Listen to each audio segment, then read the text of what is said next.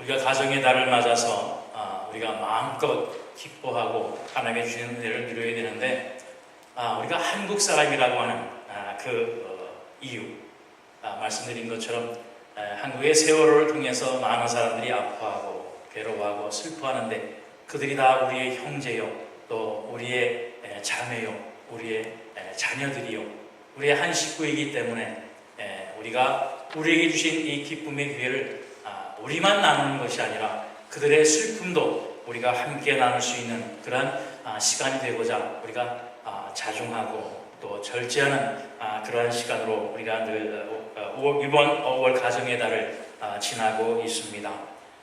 말씀드린 것처럼 한 달이 지났습니다. 그런데도 이 슬픔은, 이 아픔은 아직 끊이지 않고 있습니다. 그런데 이것이 슬픔과 아픔으로만 끝나는 것이 아니라 총체적인 한 나라의 난국, 또 어지러움, 부정, 부패, 이러한 것이 다 드러나고 나타나고 있습니다. 지금 보면 어떤 사람 누구 때문에 그렇다고 손가락질을 하지만, 결국은 알고 보면 우리 모두의 동일한 문제요, 또 우리 모두의 다 잘못되어진, 그릇되어진 그런 세상살이의 방법을 통해서 오늘의 이러한 슬픔을 우리가 당하지 않나라고 하는 것입니다. 그 가운데 특별히 우리 기독교는 어떤가? 또 그 가운데 특히 우리 가정은 어떤가? 또 그 가운데에 특히 나는 또 어떤가? 우리 자신을 돌아보는 그러한 기회가 되어져야겠다라는 생각을 합니다.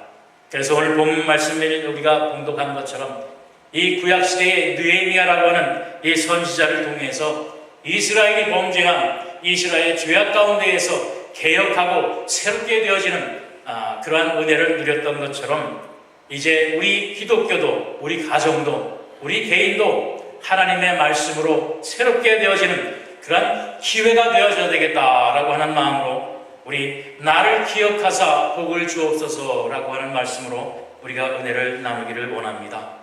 우리가 봉독한 말씀은 구약입니다. 그러나 구약에서만, 그 당시에서만 말씀이 아니라 지금도 여전히 이 온 나라는, 이 온 우주는 하나님께서 다스리는 세상입니다. 우리 신앙이, 믿음이 우리의 삶의 기본이 되어지고 기초가 되어지는 것입니다. 신약시대가 되었다고, 세상이 살기 좋은 나라가 되었다고, 2000년 시대에 되었다고 해서 하나님의 간섭하심, 하나님의 운행하신 섭리가 인간의 삶, 인간의 방법, 그것에 뒤에 있는 것이 아니라 여전히 태초부터 끝까지 우리 인생, 우리의 삶의 근간에는 하나님의 다스림이 있다고 하는 사실, 이러하고 볼 때에 우리의 종교가, 특히 우리 기독교가 얼마나 중요한가라고 하는 것을 우리가 한번 생각해보는 시간이 되어야 할 줄로 압니다.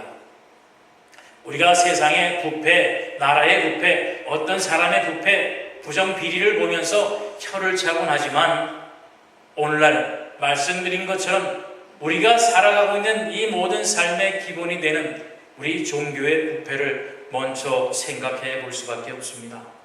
오늘 본문 여러분 읽어보신 것처럼 바로 제사장들, 레위인들, 예루살렘이 이 세상의 것들로 부패되고 무너졌을 때에 이스라엘은 바벨론의 포로가 될 수밖에 없었습니다. 예루살렘의 성벽은 다 무너져 내렸습니다. 이스라엘 민족은 그 예루살렘 땅에 들짐승처럼 살아갈 수밖에 없었다라고 하는 것을 오늘 느헤미야를 통해서 말씀을 하고 있습니다. 바로 느헤미야가 그 상황을 보고 이래서는 안 되겠다, 우리 모든 사람들이 하나님 앞에 회개해야 되겠다고 하는 회개의 물결을 이루어서 예루살렘을 다시 한번 재건을 했습니다. 또 하나님 앞에 철저한 자백이 있었고 고백이 있었습니다. 바로 우리가 봉독한 이 13장 전반 12장까지 철저한 회개를 하는 이스라엘 민족의 모습들이 있습니다. 그러나 13장으로 돌아오자마자 하나님 앞에 이처럼 범죄하고 세상과 타락하는 그 이스라엘 사람들의 모습을 보게 될 때에 느헤미야가 다시 한번 하나님의 말씀 앞에, 이스라엘 민족 앞에, 하나님 앞에 회개하고 새롭게 되자고 하는 그러한 말씀을 선포하는 것을 오늘 우리는 본문을 통해 보고 있습니다. 먼저 이 이스라엘의 범죄, 잘못이 어디에 있는가 보면서 우리의 잘못과 우리의 현 상황의 모습을 다시 한번 투영하면서 우리가 하나님 앞에 회개할 것, 하나님 앞에 고백해야 할 것을 고백하는 시간이 되어지기를 원합니다. 느헤미야서 13장 1절, 오늘 우리가 공독한 본문 전반부에 보면 이렇게 기록을 하고 있습니다. 그날 모세의 책을 낭독하여 백성에게 들렸는데 그 책에 기록하기를 암몬 사람과 모압 사람은 영원히 하나님의 총회에 들어오지 못하리니 이는 그들이 양식과 물로 이스라엘 자손을 영접하지 아니하고 도리어 발람에게 뇌물을 주어 저주하게 하였으며 그러나 우리 하나님이 그 저주를 돌이켜 복이 되게 하셨다 하였는지라. 바로 이 말씀처럼 모세를 통하여 하나님은 이스라엘 민족에게 모압 사람과 암몬 사람은 절대로 이스라엘의 회중에 이스라엘 총회에 발걸음도 들이지 못하게 했습니다. 그들과 상종하지 아니하고 그들과 구별하여 살라고 했습니다. 원래 암몬과 모압 족속은 이스라엘과 사촌관계가 됩니다. 그런데 이스라엘 민족이 애굽 땅을 나와서 가나안 땅을 오게 될 때에 그 암몬과 모압 자손의 땅을 거쳐야만 했는데 당연히 이스라엘 사람들은 그들이 친척관계니까 당연히 무사히 지나갈 수 있도록 해주겠지. 말처럼 양식과 물로 그들이 힘든 것을 도와줄 것으로 생각을 했는데 오히려 암몬과 모압 자손은 발람이라고 하는 선지자를 뇌물로 꼬셔서 이스라엘 민족을 저주했다는 겁니다. 그래서 하나님이 오히려 이 암몬과 모압 자손에게 벌을 주시고 이스라엘 민족에게 가나안 땅으로 들어게 준 역사가 있습니다. 그래서 이 암몬과 모압 자손은 결코 이스라엘 민족과 함께하지 말라라고 했던 겁니다. 그런데 오늘 느헤미야서 13장 7절 9절의 말씀에 보면 무슨 일이 일어났냐면 내가 예루살렘에 이르러서야 엘리야십이 도비야를 위하여 하나님의 전뜰에 방을 만든 악한 일을 안지라. 내가 심히 근심하여 도비야의 세간을 그 방 밖으로 다 내어 던지고 명령하여 그 방을 정결하게 하고 하나님의 전에 그릇과 소재물과 유향을 다시 그리로 들여 놓았느니라. 바로 엘리야십이 누구냐면 제사장입니다. 제사장인데 도비야를 그 예루살렘 성전에 드린 것뿐만 아니라 도비야가 하나님 앞에 바친 예물 11조와 감사 헌물의 모든 예물을 주관하고 다스릴 수 있는 그런 곳간을 담당하는 그런 책임자로 세워놨다는 겁니다. 그냥 도비야가 누군지를 모를 때는 괜찮겠지요. 그런데 바로 이 도비야가 암몬 자손입니다. 하나님께서는 절대로 암몬 자손이나 모압 자손을 여호와의 총회 가운데 들이지 말라고 했는데 다른 사람도 아닌 제사장 엘리야십이 그것도 하나님의 성물을 관리하는 것에 도비야라고 하는 사람을 세웠다는 겁니다. 말씀을 몰라서 그랬을까요? 아니요. 뭔가 알지 못하는 커넥션이 있었기 때문에 그렇지 않겠어요? 여러분, 세월호를 통해서 봅니다. 세월호가 바다에 나올 수 있는 모든 여건이었다는 것이 보여졌습니다. 아니요. 절대로 바다 위로 나갈 수 없는 배였습니다. 그런데 나갔습니다. 왜요?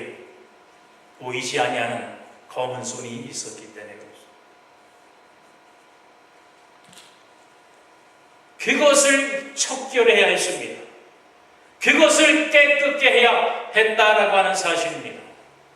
하나님의 말씀을, 하나님의 명령을 기억한 것뿐만 아니라 기억하고도 모른 척하고 이 세상의 것과 합하게 될 때에 이 이스라엘은 망할 수밖에 없었다고 하는 사실입니다. 오늘날 우리 기독교는 어떻습니까? 오늘날 우리 교회들은 어떻습니까? 하나님의 말씀대로 살지 못한다고 하는 것이, 여러분, 하나님의 말씀은 사실이지 않습니까? 하나님의 말씀이 우리의 생명이라고 말씀하지 않습니까? 그런데 하나님의 말씀대로 살지 않는 것이 사는 방법이라고 우리는 말들을 합니다. 어디서요? 교회에서요. 제사장 엘리야십이 도비아와 함께하는 것과 무엇이 다르겠습니까? 오늘날 기독교의 동성애자가 힘을 얻습니다. 동성애자가 목사가 됩니다. 세상의 방법이 판을 칩니다. 교회에서도 성공하는 것이 최고라고 가르칩니다. 교회들마다 크게 건물을 짓고 많은 사람들이 모여서 세상 보기에 성공해야 교회도 성공한다고 얘기를 합니다. 철저한 경제관이 교회를 붙들고 있습니다. 바로 이 말씀과 무엇이 다를까라고 하는 것입니다.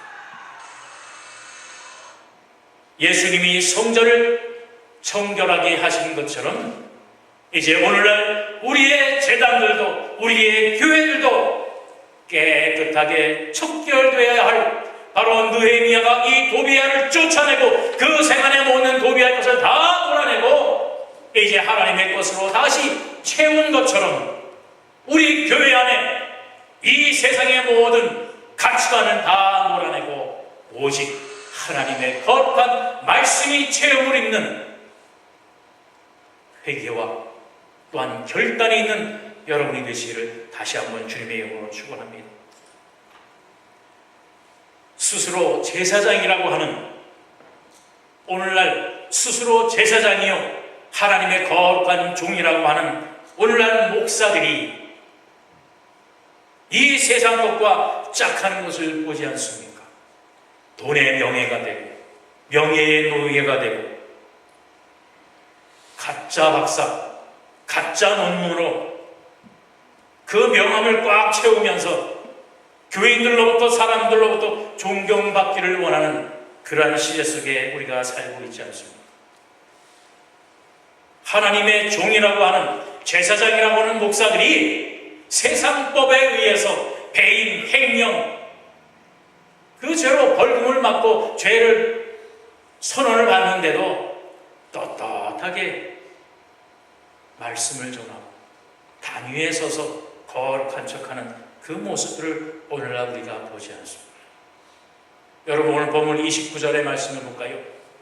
내 하나님이여 그들이 제사장의 직분을 더럽히고 제사장의 직분과 레위 사람에 대한 언약을 어겼사오니 그들을 기억하옵소서라고 기억을 합니다. 느헤미야의 기도가 그겁니다. 내가 그들을 어찌할 수 없습니다. 하나님이 그들을 기억하여 주옵소서. 하나님이 주신 거룩한 제사장의 직분을 더럽히고 레위 사람이라고 하는 선별된 하나님의 백성의 언약을 어긴 저들을 기억하여 주옵소서.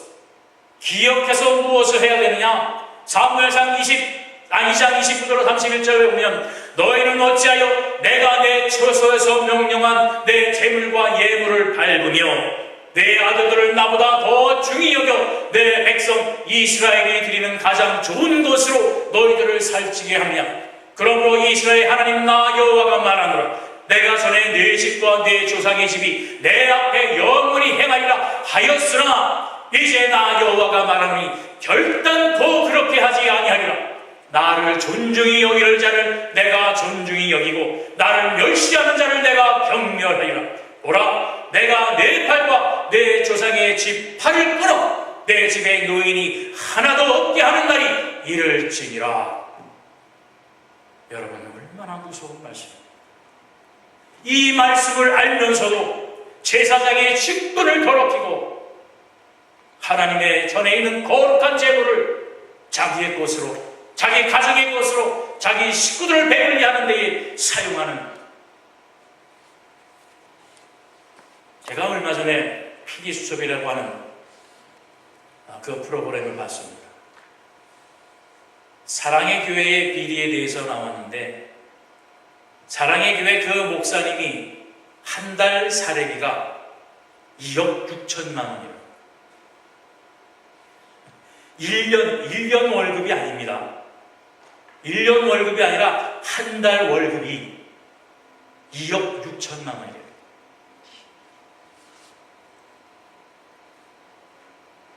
그걸로 뭘 하는지 난 알 수가 없겠습니다. 그것만 받겠습니까? 보통 목회자한테 오는 거는 사례비만 있는 게 아니잖아요. 집값 나와요, 보험비 나와요, 건강비 나와요, 자녀 교육비 나와요, 목회비 나와요. 뭐 이거 다 하면 물론 큰 교회인 줄 압니다. 한 주에 몇 억씩 되는 헌금이 들어오는 줄 압니다. 그러나 그것이 제사장을 위한 것이 아닙니다. 그 예물을 바치는 분들은, 그 헌물을 바치는 사람들은 한 달에 200, 300, 100만 원도 벌지 못하는 사람들이 하나님 앞에 성결한 마음으로 헌물을 드리는 겁니다. 그분이 사랑의 교회에서 말씀을 전할 때 모르겠어요. 말씀을 전할 때마다 금덩어리가 쏟아 나오는지는 모르겠습니다. 그만한 돈으로 무엇을 하겠는가? 오늘날 그래야 존경받고, 그런 목사가 목회를 해야 그 교회가 성공한 교회가 되어지는 세상입니다. 그러나 분명히 기억해야 할 것입니다. 하나님의 헌물과 하나님의 재물을 더럽히는 자, 하나님을 경홀히 여기는 자는 하나님께서 그를 경홀히 여긴다고 했습니다. 그것이 그 교회뿐이겠습니까? 오늘 우리 교회는 어떻습니까? 우리는 어떻습니까? 남이 아니라 우리 자신을 돌아보는 그러한 기회가 되었으면 합니다. 또 여기에는 우리 교회만의 문제가 아닙니다. 오늘 본문 말씀 23절로 28절 말씀에 보면 우리 가정의 문제가 또 있어요. 23절부터 한번 볼까요? 그때 내가 또 본즉 유다 사람이 아스돗과 암몬과 모압 여인을 맞아 아내로 삼았는데 그들의 자녀가 아스돗 방언을 절반쯤을 하여도 유다 방언은 못하니 그 하는 말이 각 족속의 방언이므로 내가 그들을 책망하고 저주하며 그들 중 몇 사람을 때리고 그들의 머리털을 뽑고 이르되 너희는 너희 딸들을 그들의 아들에게 주지 말고 너희 아들들이나 너희를 위하여 그들의 딸을 데려오지 아니하겠다고 하나님을 가리켜 맹세하라 하고 또 이르기를 옛적에 이스라엘 왕 솔로몬이 이 일로 범죄하지 아니하느냐. 그는 많은 나라 중에 비길 왕이 없이 하나님의 사랑을 입은 자라. 하나님이 그를 왕으로 삼아 온 이스라엘을 다스리게 하였으나 이방 여인이 그를 범죄하게 하였나니 너희가 이방 여인을 아내로 맞아 이 모든 큰 악을 행하여 우리 하나님께 범죄하는 것을 우리가 어찌 용납하겠느냐. 대제사장 알리아십의 손자 요에다의 아들 하나가 호르는 사람 산발렛의 사위가 되었으므로 내가 쫓아내어 나를 떠나게 하였느니라. 바로 우리의 가정들도 암몬 자녀들 모압 자손의 여자를 아내로 맞아 들였다는 거지. 다시 말씀드려서 세상의 것들과 절대로 하나님이 함께 하지 말라고 했던 것들과 함께 하고 있다고 하는 말씀입니다. 오늘날 우리의 삶의 가치관은 어떻습니까? 오늘날 보면 여자분들이 그런 얘기를 하더라고요. 아니 남자가 어떻게 165도 안 돼? 165가 안 되면 남자가 아니라는 얘기입니다. 그럼 저는 어떻게 할까요? 사람도 아니고 남자도 아니고 세상에 존재할 가치도 되는 겁니까? 죄송합니다. 저는 장가를 갔습니다. 벌써. 외모 지상주의가 판을 치고 있어요. 잘생기지 아니하면, 키가 170 이상이 되지 아니하면 결혼할 상대가 되지 않습니다. 연예인처럼 쭉쭉 빵빵 근육이 나오고 식스팩이 나오고 말복지가 되지 아니하면 결혼 적당자가 되지 않습니다. 여자들은 어떻습니까? 뭐라 그러죠? 베이글녀라 그러나요? 나이는, 얼굴은 어려 보이고 몸은 나올 것 나오고 들어갈 것 들어가는 그런 여자가 최고로 칩니다. 그래서 병원을 갑니다.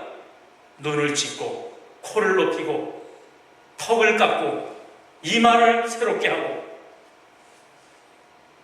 그래야 시집장가가 잘 가는 것으로 생각을 합니다.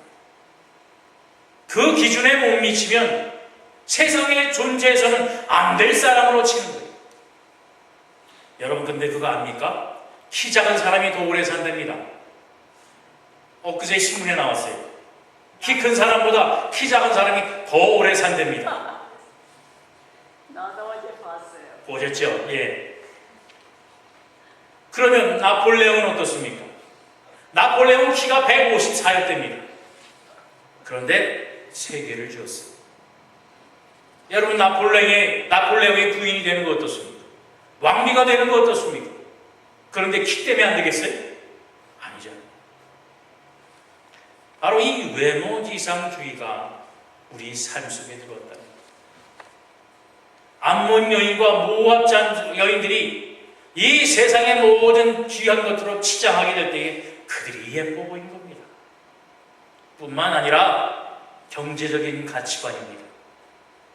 돈을 잘 벌어야 됩니다. 직장이 좋아야 됩니다. 2억을 벌면 어떻겠습니까? 그건 뭐 두말할 것도 없겠지요. 이스라엘 나라가 바벨론의 포로가 되어 있음으로 인해서 그 이방인들은 마음껏 잘 살았습니다. 이스라엘 민족은 침략받은 나라입니다. 아무래도 못 삽니다. 그러니 잘 사는 사람을 만나고 잘 사는 사람에게 시집장가 가야 잘 살 수 있지 않겠습니까? 그래서 암몬 자손과 모압 자손과 결혼을 합니다. 제사장의 자녀도 마찬가지였습니다. 산발랏이라고 하는 이방인의 그 나라의 권세를 잡은 그 사람의 자녀들과 정략 결혼을 할 수밖에 없었다고 하는 겁니다. 그래서 여러분 오늘 본문 26절에 봅니다. 또 이르기를 옛적에 이스라엘 왕 솔로몬이 이 일로 범죄하지 아니하였느냐.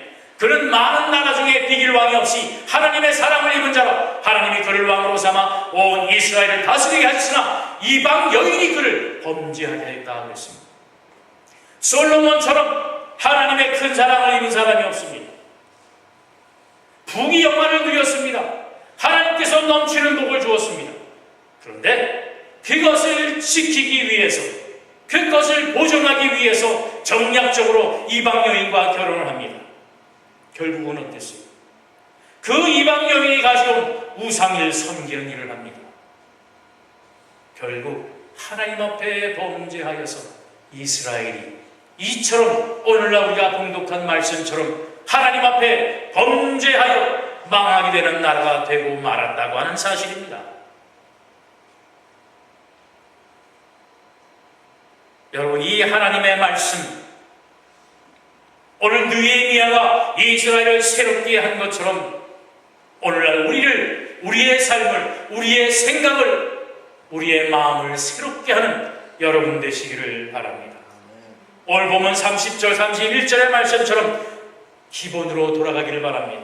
내가 이와 같이 그들에게 이방 사람을 떠나게 하여 그들을 깨끗하게 하고 또 제사장과 레위 사람의 반열을 세워 각각 자기의 일을 맡게 하고 우리의 삶에 있는 모든 이방의 것들을 다 물리치시고 세상의 가치관, 세상의 방법, 세상의 유행의 것들 다 물리치시고 오직 하나님의 말씀으로 새롭게 되는 여러분이 되시기를 바랍니다. 제가 종종 말씀드렸습니다만 한국 갔다 올 때마다 말씀드린 것이 기억나십니까? 차를 타고 가다가 빨간불에 서 있다가 뒤에서 욕을 먹고 빵빵거리고 했던 사실이에요. 한국에서는 빨간불이 서라는 것이 아니라 살펴서 사람이 없으면 가라는 뜻이라는 거예요. 그런데 그렇게 살았던 사람들이 그것이 당연하게 살았고 그것을 관행으로 알고 그렇게 살지 않으면 옳지 아니한 것으로 살았던 사람들이 오늘날 누구를 손가락질하고 있습니까? 세월과 과속해서는 결코 절대로 출항할 수 없습니다. 세월과 그 평형수가 모자라서 귀뚱귀뚱하는 모습으로는 절대로 바다 위로 나갈 수가 없습니다. 그런데 보는 사람이 없으면 괜찮아. 내가 돈을 먹었으니 괜찮아. 사인해주고 그들을 멈춰야 될 해경들도 마찬가지로 괜찮아. 그렇게 해왔으니까 괜찮아. 나가. 결국은 죄 없는, 결국은 사랑하는 자녀들, 아들들, 꽃도 피지 못한 그 생명들이 물속에서 수장되고 마는 그 아픔을 오늘날 우리가 겪고 있지 않습니까? 세월호는 과정을 했습니다. 결코 추락해서는 안 되는 배였습니다. 빨간불에서는 절대로 가서는 안 됩니다. 빨간불은 쓰라는 것이 상황에 맞으면 가라는 것이 아닙니다. 빨간불인데 지나가는 버스 운전사가 잘하는 것은 결코 아닙니다. 그런데 승객들의 수많은 생명을 책임지고 있는 버스 운전사가 빨간불인데 왜 가야 되느냐, 왜 지나가느냐 물어보면 배차 시간 때문에 어쩔 수 없었다는 거예요. 배차 시간이 그 버스에 있는 사람들의 생명보다 귀하고 소중한다는 것이에요. 운전 법규를 어기고 지 맘대로 다니는 택시 운전사가 사람의 생명보다 돈 몇백 원이 더 귀해서 그러한 일을 감행해도 누구 하나 말 못하고 당연한 것으로 살아가는 것이 우리 오늘 아닙니까? 여러분은 어때요? 우리는 어떻습니까? 하지 말라는 것 하는 재미로 혹시 살아가지 않습니까? 약속을 어기는 재미로 혹시 살아가지 않습니까? 하지 말라는 것 눈치를 보면서 살금살금 하는 그 재미로 혹시 살아가지 아니한가라고 하는 것입니다. 아닌 걸 아니라고 말하는 사람들이 오히려 손가락질 받고, 빨간불에 서는 사람들이 다른 사람의 문매를 맞고 하는 그러한 세상 속에서 우리가 살고 있어요. 옳은 말을 하면 왜 너는 그렇게 유난을 떠느냐, 너만 왜 그렇게 잘난 체를 하느냐, 그것이 무서워서 말도 못하는 그러한 세상 속에서 우리가 살고 있습니다. 또 그제 뉴스를 보니까 세월호의 그 일을 위해서 많은 사람들이 시위를 합니다. 단체로 모여서 시위를 해서 시가행진을 하는데 그 가야 할 길대로 가지 않고 넘어와서 찻길로 다니고 그래서 100명인가를 구속을 했다는 거예요. 그런데 왜 구속했냐고 또 시위를 한답니다. 법을 지키자고, 원래를 찾자고 세월호 시위하는 거 아닙니까? 그런데 그들이 또 법을 어겨요. 그 법을 어긴 사람들을 잡았는데 왜 잡냐고 또 시위를 합니다.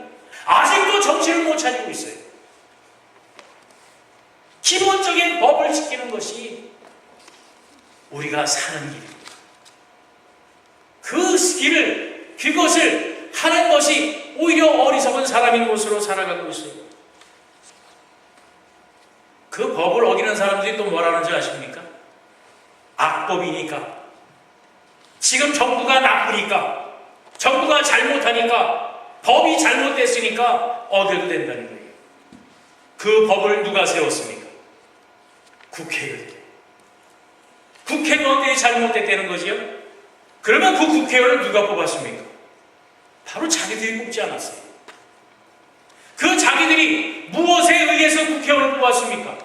학연, 지연, 혈연에 의해서 정말 내 나라를, 내가 살아가는 나라를 잘 다스릴 사람을 뽑은 게 아니라 돈 준 사람, 나와 가까운 사람들, 내 친구의 친구니까, 나와 같은 학교 나왔으니까, 나와 같은 고향이니까 도장 찍어준 거 아닙니까? 그래 놓고는 법이 잘못됐으니 안 지켜도 된다? 누구의 잘못인가요? 결론적으로는 다 내 자신, 우리들의 잘못입니다. 내 스스로가, 내가 먼저가 하나님 앞에 겸비해서 서지 아니하면 희망이 없습니다. 살아도 사는 것이 아니요,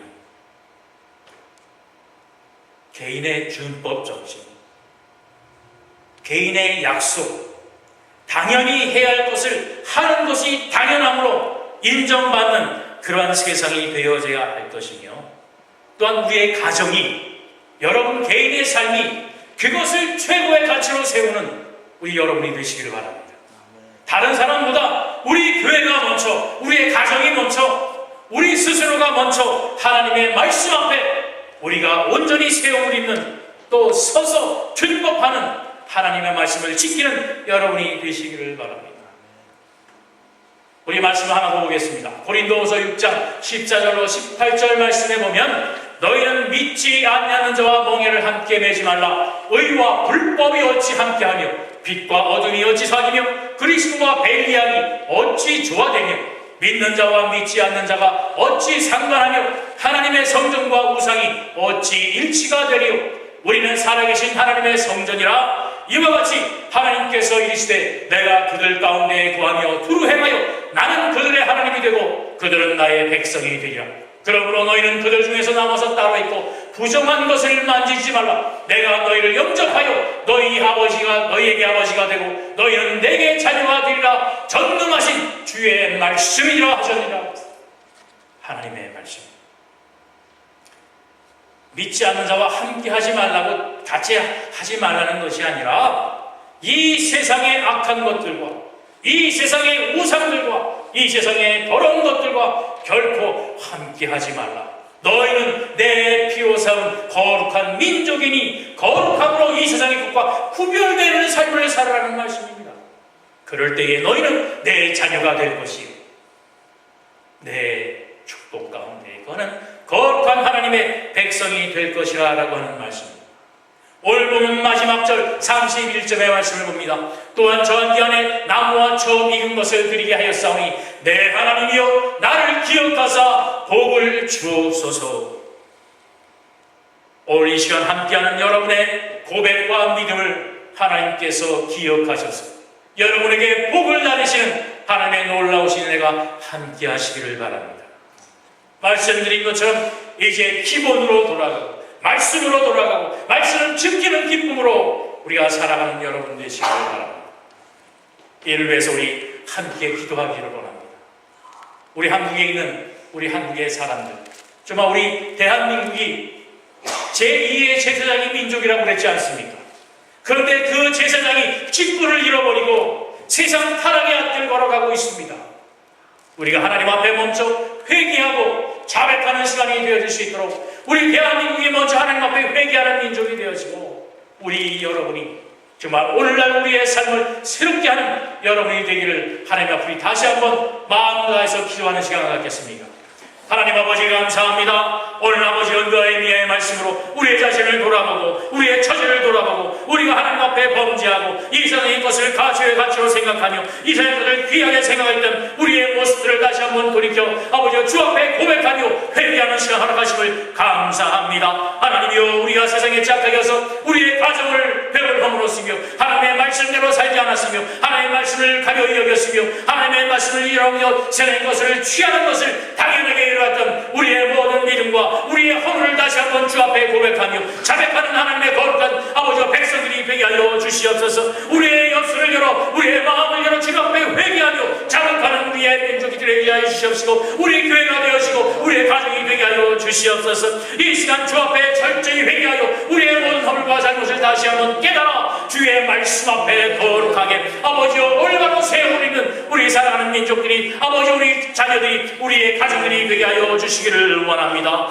아버지 이 시간 다시 한번 말씀을 귀히 여기며 말씀이 늘 기억나게 하시며 말씀대로 사는 참된 기쁨과 아버지 그 결심을 하는 아버지 우리 한년전에 사는 성도들이 되게 하여 주시고 아버지 우리 가정이 되게 하여 주셔서 우리 개인이 우리의 가정이 우리의 사업이 우리의 기업이 하나님의 말씀으로 세움을 입게 될 때에 우리 교회가 이 한년전에 사람의 하나님의 말씀과 하나님의 복을 드리는 이 사회의 구원의 아버지 근원이 되는 귀한 직분을 감당하게 해주시고 아버지 우리 교회를 통하여 다시 한번 우리가 따는 이 사랑의 미국 땅이 새롭게 변화되어지는 놀라운 역사를 이루게 하여 주옵소서. 아버지 주 앞에 온전히 거룩함으로 하나님의 말씀 앞에 세우리는 우리 한년전에 사랑하는 모든 성도들의 삶이 되게 하여 주옵소서. 감사드리며 예수 그리스도 이름 받들어 간절히 기도하옵나이다. 아멘.